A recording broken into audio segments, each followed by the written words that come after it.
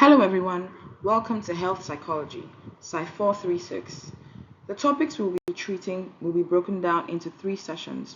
In this session, HP1, we will address introduction, focus, theories, and application of these theories. What is health psychology? Health psychology is the application of psychological theory and research to health, illness, and healthcare. It involves both psychology and medical health, that is, the psychological effects and influences of medical health. More specifically, it involves long term behavioral and psychological implications of chronic illness, such as cancer, obesity, or heart disease. In essence, how does being ill for a long time affect our behaviors and mental health? It also affects stress and psychological processes associated with disease development and progression. That is, how do we react to being ill? How does it affect our mental health and stress levels? Health psychology focuses on health promotion, which is a way to help improve people's health by making environmental or behavioral changes.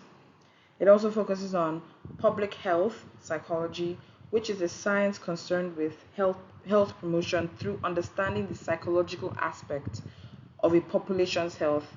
By population, I mean like a country like Nigeria. Then community health psychology, which is very similar to public health psychology. But the key difference is that community health psychology focuses on smaller groups. Public health psychology focuses on larger groups, that is, the public at large. It also focuses on critical health psychology, which talks a lot about social justice. Social justice. It's examining how social, economic, and political factors influence health and healthcare. That is, a person's background, maybe their financial status, or their race, or their ethnicity, and how this affects the access they have to good healthcare. It challenges the normal view that people's health situation is a result of their behaviors. It is mainly from their fault or their responsibility. Whereas this this school of thought is proposing that there's a larger social context to how that individual's health situation came to be. There is also clinical health psychology. This focuses on promoting the health and wellness of an individual in a clinical setting. So, the same health promotion, illness prevention, but this is mainly on the individual. It does look at the psychological aspect of their health, and it also treats things like weight management, simple things like that as well, but in a clinical setting. And finally, we have biopsychosocial model. That is from the name. It treats the biological, psychological, and social aspects of health. And this model gives an opportunity to understand this in full. Theories of health psychology. Firstly, we'll be looking at attribution theory. What is attribution theory? This is a social psychology theory that explains how people perceive and interpret the causes of events, both their own behavior and the behavior of others. It's concerned with how we answer the question, why? Why did this happen? Why did this event take place? Yes, this is a social psychology theory, but it applies here in health psychology because it helps us answer the question of why is this person sick? Why is this person not getting better? Why is this person healthy and this other person is not healthy? Why is this person adhering to treatment plans? That is, a person goes to the hospital and they are offered treatment and they don't use the treatment, they don't take their medication. What is happening? Why is it happening? So there are two types of attribution. We have the internal attribution, also called dispositional. That is what you are naturally disposed to. So you attribute the outcome of something to what you are naturally disposed to. For example, a diabetes patient. A diabetes patient is struggling to manage their diabetes. An example of an internal attribution would be, oh, I'm just not disciplined enough. That is me. Take, for instance, I have diabetes. I would say it's my fault. It is because I am not disciplined. Or, that is, if I was a healthcare provider, I would say it is because that patient is doesn't have motivation. If you notice, discipline and motivation are both internal attributes. They are both dispositions that a person can have. And we've successfully blamed it on those dispositions. The other example is external. External attributions, also known as situational attributions. That is, you are blaming it on the situation. You're attributing the outcome or attributing that event on the situation. This same example of diabetes, an external attribution would then be healthy food is too expensive. Or, as a healthcare provider, I would say this patient is suffering from socioeconomic barriers. That is, this patient doesn't have a high financial status. They cannot afford it. They don't have that money. These are external attributes. I'm not the one in control of the economic situation of the country. I'm not I'm not defined by my money in the sense that this food being too expensive is not a personal trait. I'm not the one that chose for the food to be too expensive. That is an external attribution. There are consequences to attribution, especially if we are wrong. Firstly, to our relationship. Attributing a partner's behavior to internal factors can lead to conflict. Like I said, especially if you're wrong. For motivation, if we have good health and we say it's because of luck, then there's a high chance that we won't care to take care of ourselves. And when, as we say, luck is not on our side, it could have very dangerous effects. But if you can attribute good health to maybe healthy practices like exercise and eating good food and living a balanced life, trying not to be anxious, then there's a very high chance that we would be motivated to continue doing these things that are actually good for us. Self esteem. We feel good about ourselves if we can attribute good things to ourselves. So if we're doing better health, if we're doing better health wise, if we have good health and we say, oh, it's because of what I'm doing that I'm so healthy, you'd feel good about yourself. You'd be more confident in yourself. Prejudice. If we attribute negative behaviors to people, like people that we feel, okay, we are healthy, those people are not healthy, that's sick people, it's like they are sick because they're not doing well, right? So it's two ways. If we attribute good health to internal factors, we can make ourselves more motivated. But if we attribute it to internal factors and there are people that are sick, it could make us be prejudiced against them to think that they are just being lazy or being indisciplined, whereas it may be more than that. Under attribution theory, we have Kelly's covariation model. This model suggests that we make attributions based on three types of information. Firstly, consistency. How regular does this person do this? Is this what they normally do?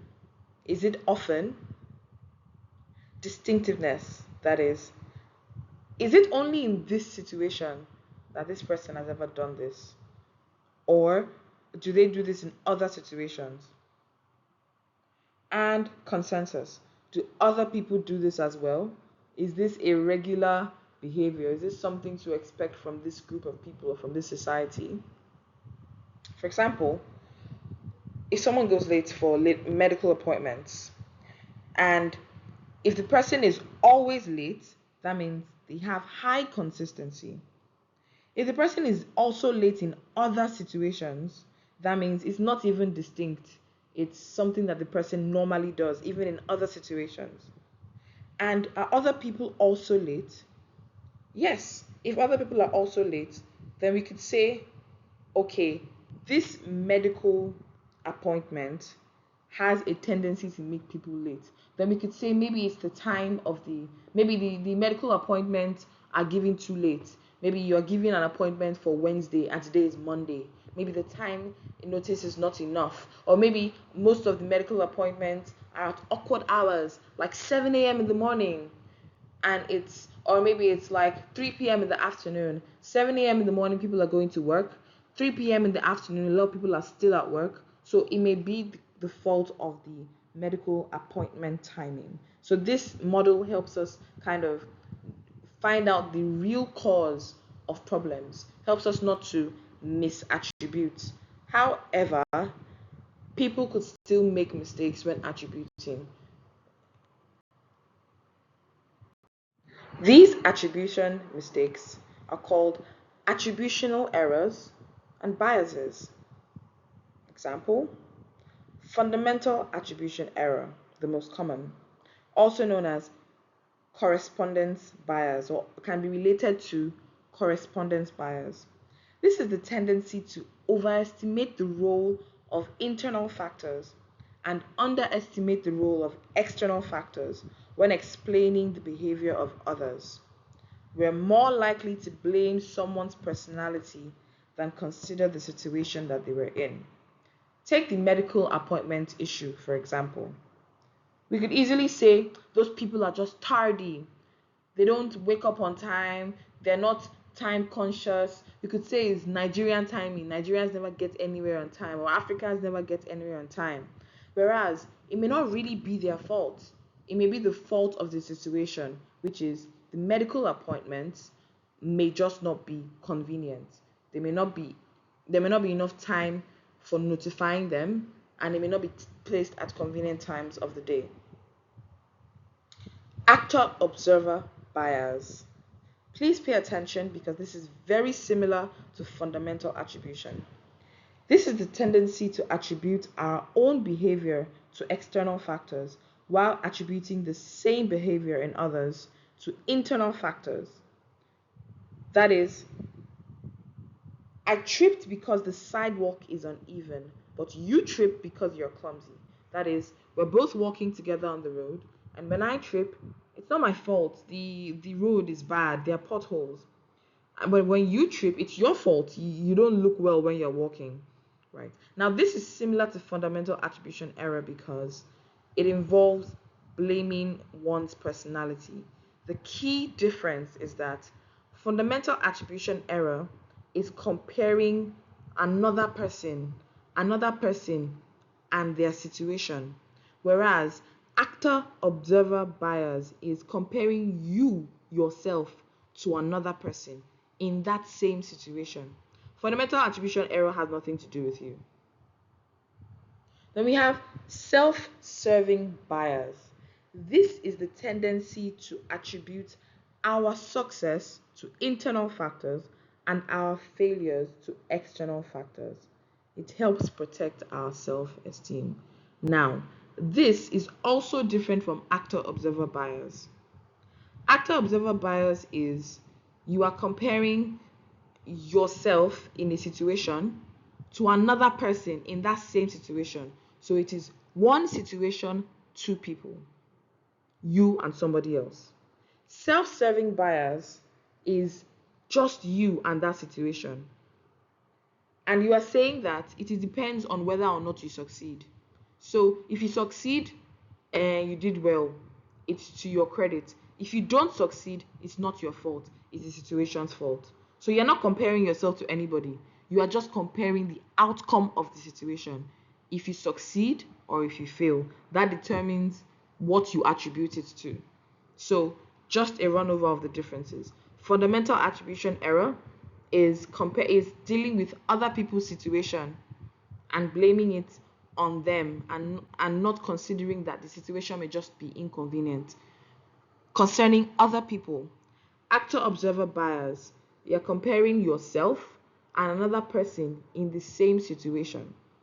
Self-serving bias. You're comparing just yourself with a situation depending on whether or not that situation is good or bad.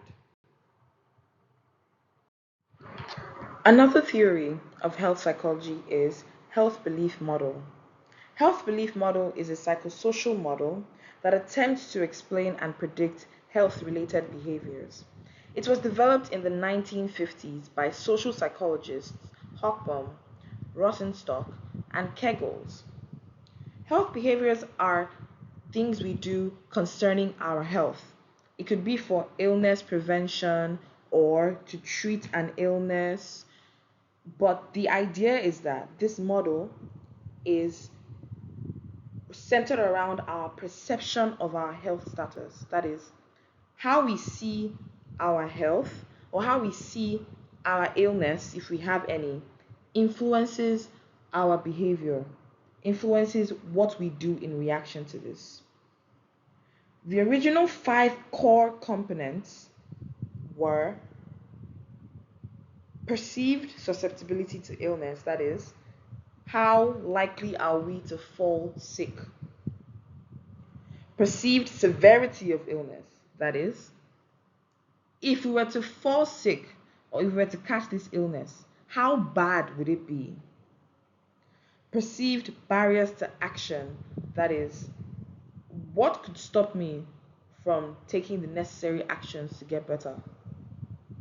Perceived benefits of action, that is, if I do something, if I carry out this action to get better, what could I gain from it? Would it really heal my sickness? Would it really cure my disease? Would it make it worse? Is there a chance that I could be getting sicker while I'm getting better? Like with cancer treatments, chemotherapy. Chemotherapy is basically poison.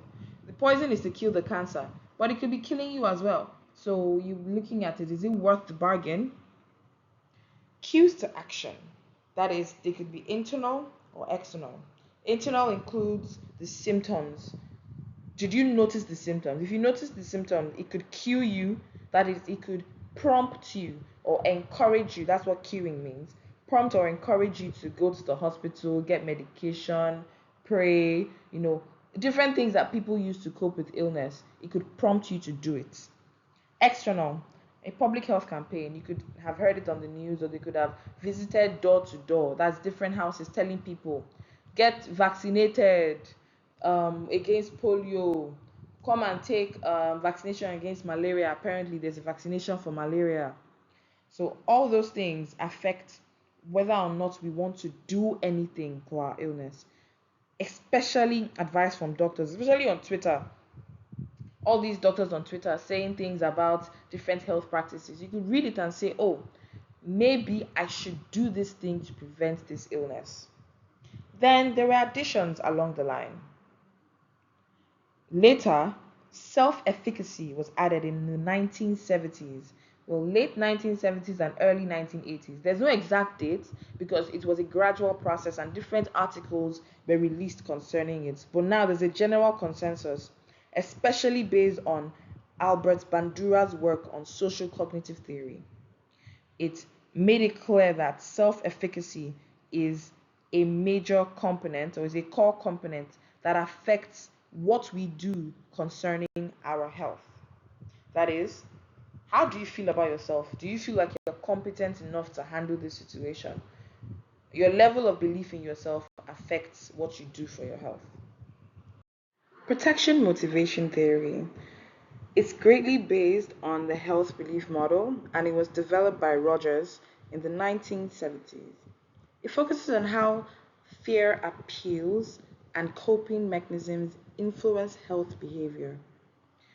The PMT, as it's called, explicitly incorporates the role of fear and the individual's assessment of their ability to cope with a threat. That's basically what they mean by fear appeals and coping mechanisms.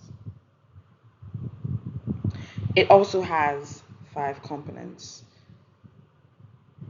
This was the first set of components and it was released in 1975. Perceived severity of illness. Like I said, it is greatly based on the health belief model. Perceived severity of illness is how bad is this sickness? How bad could it harm me? Perceived vulnerability to illness, just like susceptibility. How vulnerable am I to this illness? What is the likelihood that I will catch this disease? Perceived response effectiveness, that is, how effective is the response I want to take? That is, the behavior. So let's use malaria for an example. How bad will it affect me if I get malaria? How vulnerable am I? That is, what are the chances I even get it? How effective would my response be? If I take this malaria medicine that you are telling me to take, would it work? How quickly will it work? How well will it work? Self-efficacy, that is perceived self-efficacy. How ready am I for this? How up to this am I? Can I really handle this illness? If I don't do this treatment, can I handle it? If I do this treatment, can I even handle the treatment? And finally, perceived response costs. Okay, I wanted to get this medicine, this malaria medicine. How much does it cost? Can I afford it? How far do I have to go to get this medication? Okay, yes. Aside spending money on buying the medication, is it something that I have to go to a different country to do? Is it something that I have to travel for? Is it something that I can afford to do? And then moving forward, some adjustments were made. In 1983, two components were added: fear appeals and coping mechanisms, which are now the major aspect of this theory. Fear appeals, that is, how scared are you of it? How scared is this disease? How scary is this disease? How scared is it making you? How scared is everybody around you? And if you are very scared, how are you coping with this fear? Are you coping at all? Are you frantic? Are you ignoring it? Are you trying to address it? And again, some adjustments were made, but not major, in 1985, just to refine the theory and do some empirical testing to confirm the components that, okay, truly, of a truth, human beings think this way before making decisions for their health. So let's run it back. Perceived severity of illness, that is, how bad is it? Perceived vulnerability to illness, that is, how easily can you get it? Perceived response effectiveness, that is, how well will the treatment work? Perceived self-efficacy, that is, your confidence in yourself against this illness. Perceived response costs, that is, what would it cost me to carry out this treatment? Fear appeals, that is, how scared is this illness making you? Coping mechanisms, how are you handling your fear for this sickness? And that's basically it. Critical theory, or social justice framework, which kind of explains the critical health psychology, because critical health psychology comprises a lot of perspectives, which critical theory helps explain. These perspectives examine health and illness through individual behaviors, social structures, power dynamics, and inequalities, questioning how societal factors like class, race, and gender impact health outcomes and health disparities. That is, including the individual behaviors, we're also looking at the social structure, where they are from, where they grew up, what they were taught, the power dynamics. That is, are they really respected in society? Are they daughters or sons of politicians? Are they are they indigenous to the state that they are in? Do they have money? Can they afford to pay for top-notch healthcare? Can they afford to pay for private or personal attention from medical practitioners? Is there inequality involved in the dispensation of the treatment, or in the delivery of a treatment that everybody needs? And how do these societal factors like class or ethnicity or gender even impacts the outcome of a person's health, their treatment or their knowledge of prevention. Do they know that they can prevent illnesses through vaccination? Are they in the deep interiors of a village where they are not educated on what is going on? The health onion model. This model was created to help explain how these societal factors affect the health of a person. It's a way to kind of visualize what we are talking about. So it represents the various layers of social determinants that influence an individual's health. So everything I mentioned: class, race, gender, social structures, power dynamics, inequalities. How do these social determinants influence an individual's health? This is a clear image of what we're talking about. At the core, we have age, sex, hereditary, and hereditary factors. That is the core of what is going on, meaning that it's actually I won't say, but it's kind of the least influencing factor. It is the last influencing factor. The first that we notice in the health onion: the general socio-economic, cultural, and environmental conditions. Those are the primary influencers of a person's health situation. Then we go to the layer three, level three, which is the second outermost layer. We have things like food production, education, work environment, living and working conditions, unemployment, water and sanitation, healthcare services, and housing. Are you living under a good roof?